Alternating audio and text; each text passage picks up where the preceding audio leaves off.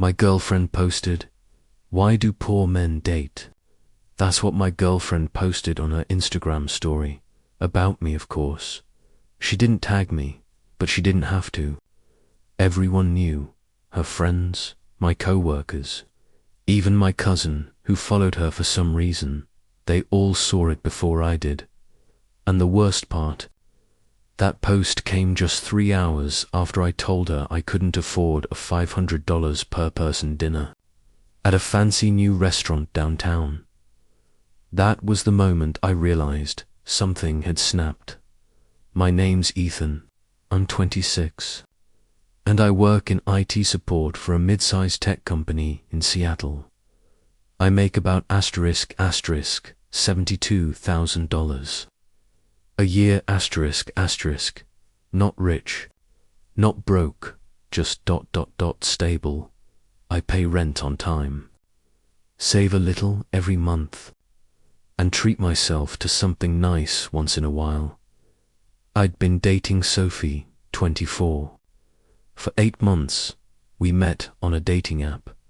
She called herself a social media brand consultant, basically helping small boutiques set up Instagram pages for a few $100. She was funny, sharp, and effortlessly confident, the kind of woman who walks into a cafe and everyone looks up. At first, everything was perfect. We'd go out for sushi, hit concerts on weekends, grab brunch after sleeping in too long. Every time the check came, she'd do that quick half reach for her purse, and I'd say, "Don't worry, I got it." She'd smile, tilt her head, and say, "You're the best." It made me feel good, like I was taking care of her, like that's what a real boyfriend does. But slowly, things began to change. Sophie started talking about standards. Not in a demanding way at first, just little teasing comments. Casual but sharp, greater than "You're such a good guy."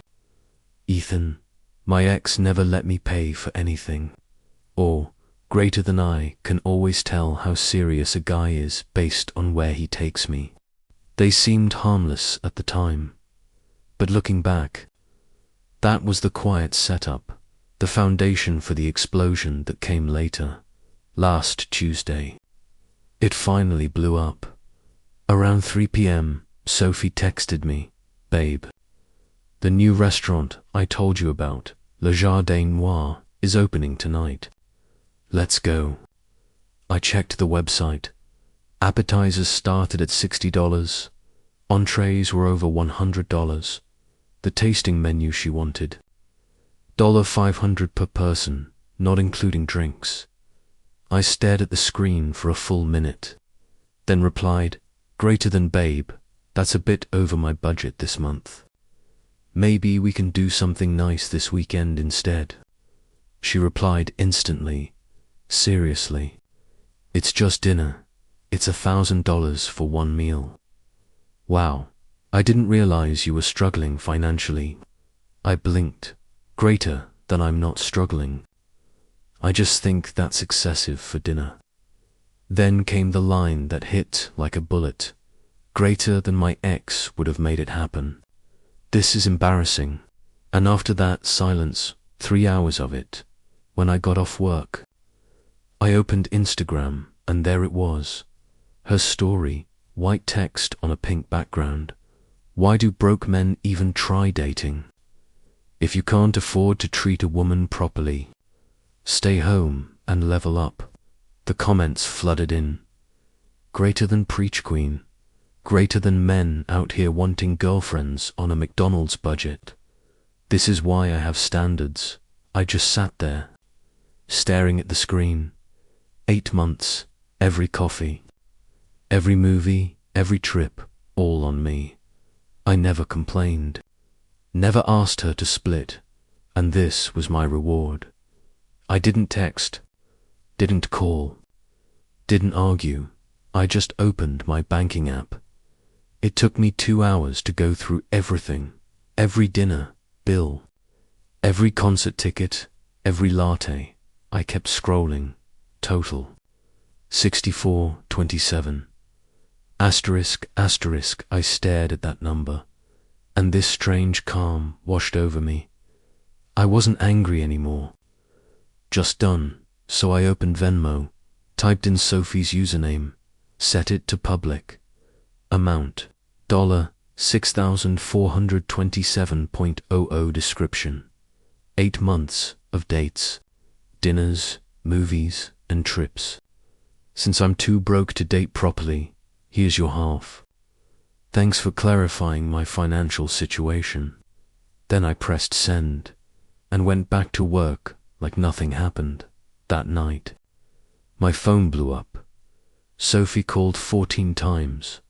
Her best friend Kelsey called twice, then Brittany, Ashley, even her mum. I ignored them all, but the Venmo comments. Those were priceless. Dennis from work, greater than this man, kept receipts. Respect. My buddy James, 8 months, bro. You funded a whole relationship solo. Even random strangers jumped in.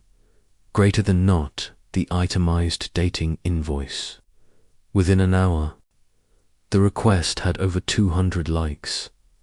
Then Sophie texted, greater than take it down now. You're insane. Everyone can see it. I replied once, greater than pay it, and I'll take it down. No response. Then came the guilt trip. Greater than you're humiliating me. This is emotional abuse. You're really doing all this over one dinner. I didn't reply, because for the first time in 8 months, I didn't owe her an explanation.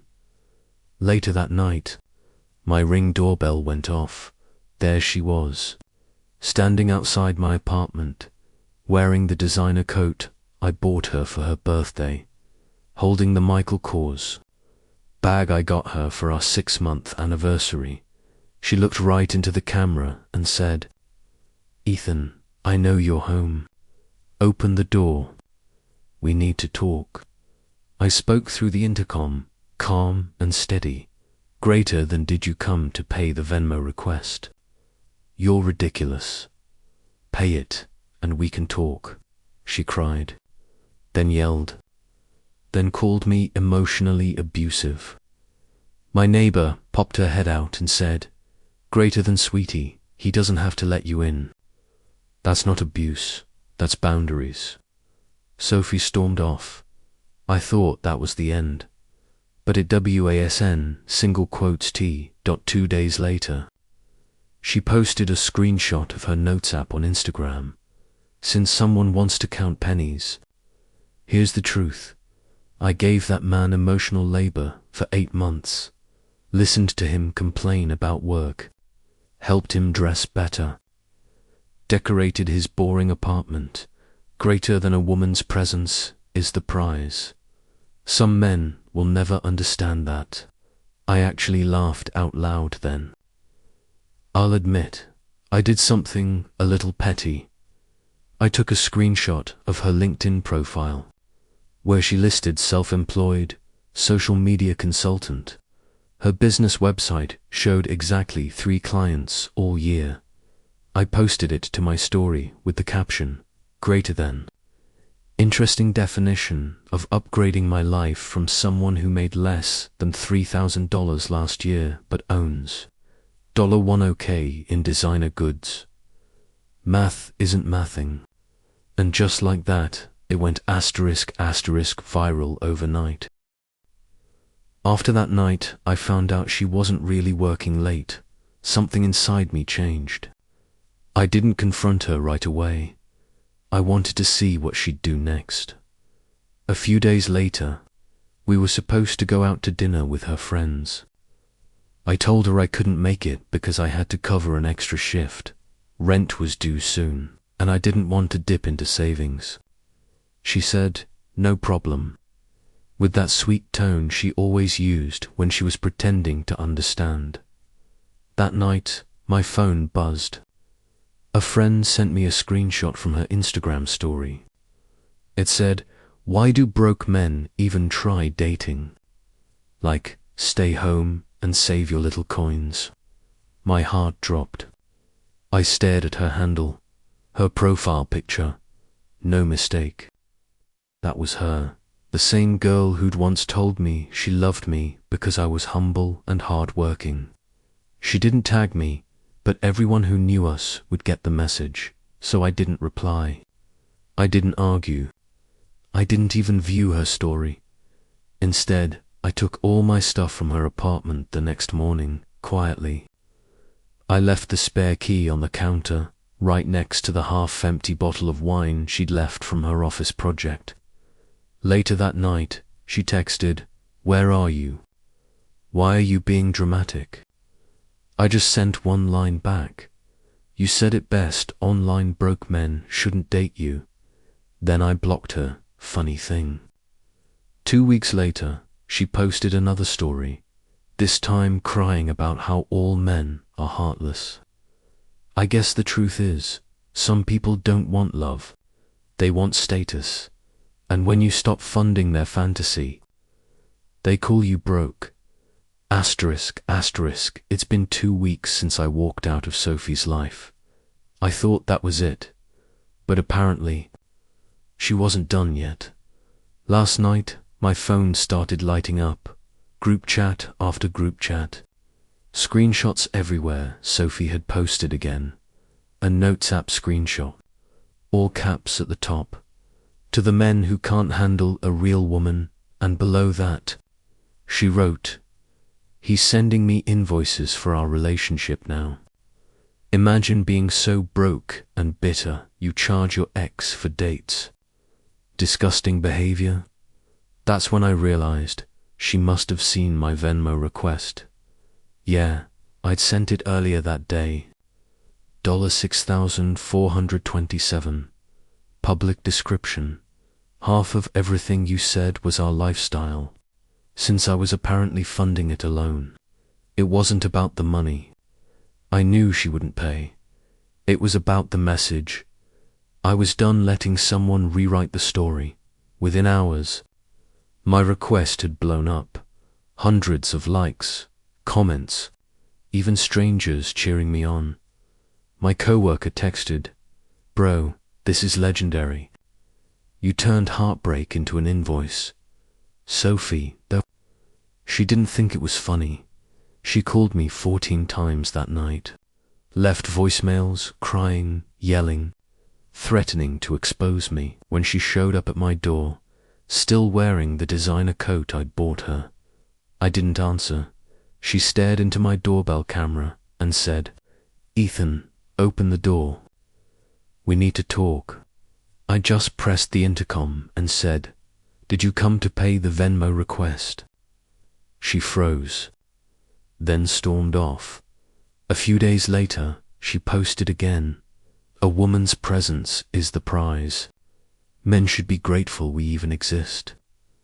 So, I did something petty, I won't lie. I took a screenshot of her LinkedIn, where her income said self-employed. 3 clients in a whole year. I posted it with the caption, "Interesting how someone making $3,000 a year thinks dinner at Le Jardin Noir is a baseline." It went viral overnight. Her followers dropped. Mine tripled. And for the first time since this whole mess began, I felt free, because it hit me. I didn't lose someone special. I just stopped paying rent on a fantasy. Asterisk, asterisk, a month after it all broke. I had all but forgotten about Sophie. Her posts stopped. The noise died down. People turned to their online drama stories, as they always do. And me. I began to heal. I stopped using dating apps. I started spending my weekends hiking instead of surfing the web. I even took an online class, a cybersecurity certification, which I had been putting off for years. The funny thing is, when you stop pouring your energy into the wrong people, you suddenly have a lot of energy for yourself. Then, one Saturday night, I got a text message from an unknown number. "Hey, "It's me, can we talk?" I recognized me immediately. "Sophie," she added another message. "I've been thinking a lot. I'm sorry I made you feel that way. I shouldn't have posted that. I guess I was angry and embarrassed. But I loved you, you know." I just stared at the screen. 8 months of being forced to feel not good enough. An Instagram story trying to make a fool of me, and now this. I typed, "Thanks for saying that. Hope you feel better." Then I hung up. Didn't block her. Didn't reply back. Just ... Moved on. Because the truth is, I didn't need revenge anymore.